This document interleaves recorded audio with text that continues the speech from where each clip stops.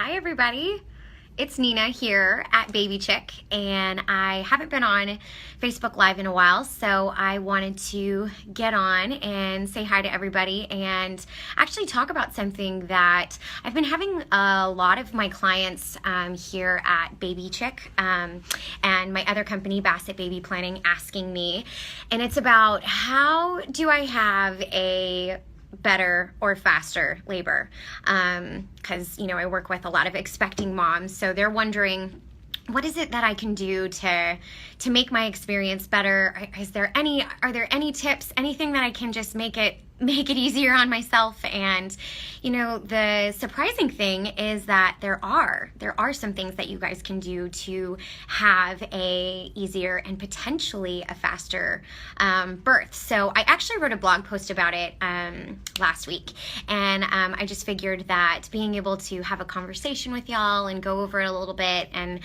seeing if you guys have any tips, anything that you went through and you were like, I really think that helped me have a stellar birth.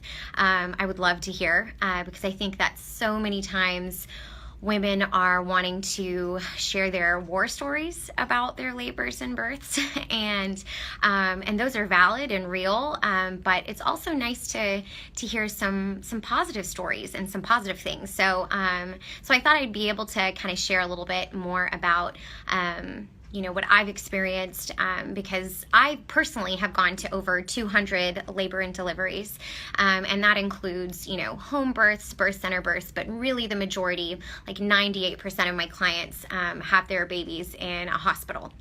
So, and that goes for unmedicated, medicated, C-section, etc. So I've seen a good amount. I won't claim that I know it all, but I know a good amount. So yeah, I definitely wanted to share some of the things that I have learned by helping a lot of women during this crazy, overwhelming, but exciting time, and thought you guys might enjoy it. So yeah, why not? Let's try it. So I actually have my list right here of all of the things. So one thing that women can actually do, and it's super simple, to make sure that you go into labor closer to your due date and avoid induction, is actually by eating dates. That's right, you heard me, eating dates. And it's been proven, they've done a couple of studies, that women who ate, I think it's like 5 to 7 dates. It really depends on like the size of the dates. I think it's like 50 to 70 milligrams or something like that. When they ate that many dates, it actually helped them go into labor sooner. It actually helped them have a much significantly shorter labors.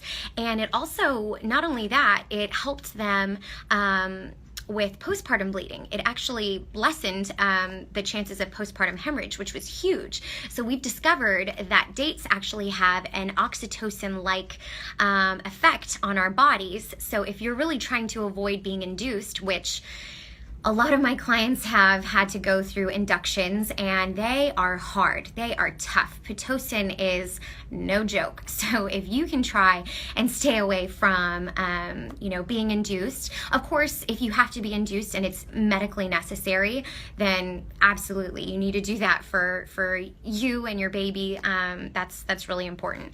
But if you can avoid that, that's going to make the whole process so much easier. Not only that, it was also shown that dates can help keep your bag, your amniotic fluid, the bag that baby's in, intact for a bit longer, which is really great, because the longer that's intact, the easier labor is on you, because once that cushion is gone and the water's coming out, one, you have to get baby out a lot sooner because of the risk of infection, and then two, also again, that bag of water is a cushion on you when you have that contraction. So once that's gone, it's a lot more intense on you and baby. So baby starts to sometimes react to that intense contraction as well, because they don't have that nice warm bubble that it was protecting them.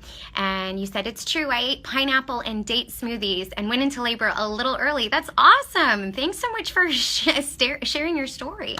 So yes, so I'm a big fan. I tell all of my clients, eat dates about 5 to 7 during your at least like the last month of your pregnancy, if not like 6 weeks before your due date.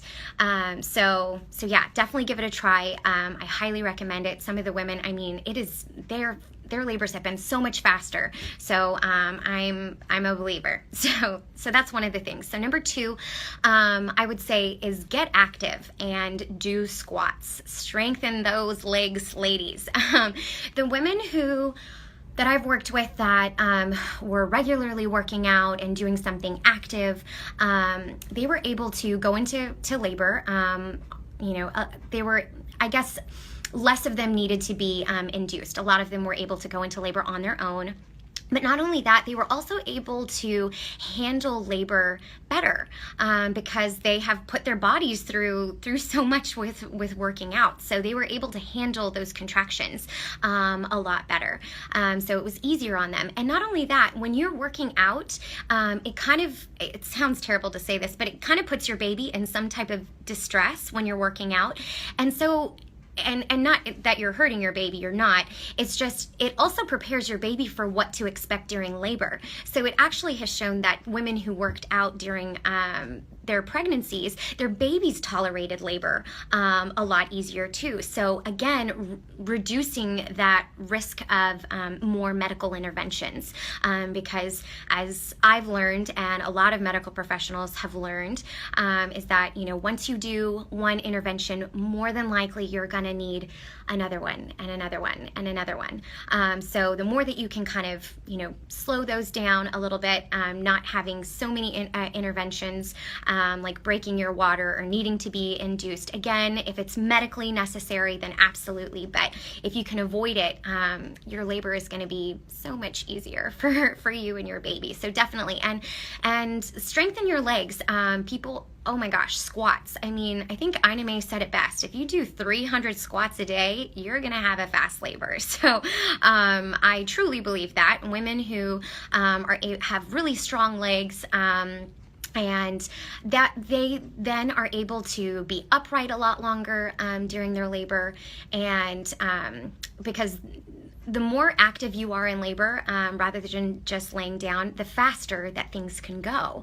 So if you're upright and moving your hips, it's helping, well, one, gravity to push baby down, and also that movement helps move your pelvis and help with the descent of baby. So when you're laying down, we're not using, gravity and that movement to help get baby lower. So, and also it's just been proven that, women who get up and move around during labor rather than laying down, it's so much more comfortable. So get up and move around. So if you do work out your legs and have strong legs during labor, you're able to stand and move around a lot longer and handle labor a lot better. So do that. And like I said, squats, if you do those, it really will help when it comes to getting that baby out. It will make things a lot faster. So again, yeah, get active. It's definitely something that I've noticed with my clients. The ones who work out compared to the ones that don't, they do have an easier time with labor, and they do have a faster time. So, and everyone wants that. Everyone doesn't want to be in labor for too long. So the next thing, hire a doula. So what is a doula? Some people say, what the heck is a doula? So a doula is someone who is going to be your emotional, your physical, and your informational support during your pregnancy and at your birth. So if you have questions and aren't sure about, what's going on and what your options are, every step of the way, your doula is there for you. I think a lot of people think that, oh, well, my doctor's going to be there, and once I get to the hospital and make sure that everything's going right. And you're right, yes, he or she, your doctor, will be there, but they will be there via phone and pager. It will be your nurse that is communicating with your doctor, saying how things are going. So, and you never know who your nurse is going to be. You don't know if if you're going to be able to click, and if she is going to or he is going to be on the same page with you, because I do know some nurses that do prefer moms that want all natural, or some that prefer moms that want an epidural. So making sure that you have someone that's going to support you. So a doula, also, I think a lot of people think that a doula is only for someone who wants a natural birth, and that just isn't the case. I have a lot of clients that have hired me that, you know, they were saying, no, I definitely, girl, I want an epidural. I just want to make sure that I'm getting an epidural at the right time, that I know what's going on in the labor and delivery room. I know that the nurses are busy with their jobs, and a doula is there for me and my partner, and to make sure that we understand what's going on every step of the way. And, you know, your nurses would love to be able to spend 100% of that time with you and massage you and, you know, give you things to keep you more comfortable, but they may be busy with other rooms. So a doula is going to be there continuously throughout your labor. So she will let you know when it's the right time to go to the hospital. She will be there to massage you, to do hot and cold counter pressure to help relieve any aches and pains, help you with position changes, help you determine when is the right time to get an epidural. And studies have shown that, you know, hiring a doula, it really reduces the chances of having a C-section. It increases your experience. I guess people leave their birth experience with a doula with a much happier story to tell. So they are a lot more satisfied with their birth experience having a doula. And breastfeeding also, the success for that, if women are wanting to breastfeed, is much higher with a doula. And having unnecessary medical interventions is decreased when you have a doula, and just having an advocate there.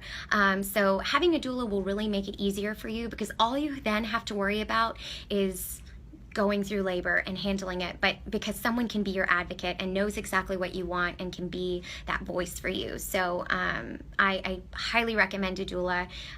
It's not just for the crunchy mamas out there. It's for every woman. I think that every woman deserves that type of support. And if, you know, your mom is there, or your sister's there, or your friend's there, that is great, but they may not have that experience on what is normal during labor and delivery, and what your options are. So having someone who has that experience and knows how to keep you comfortable and calm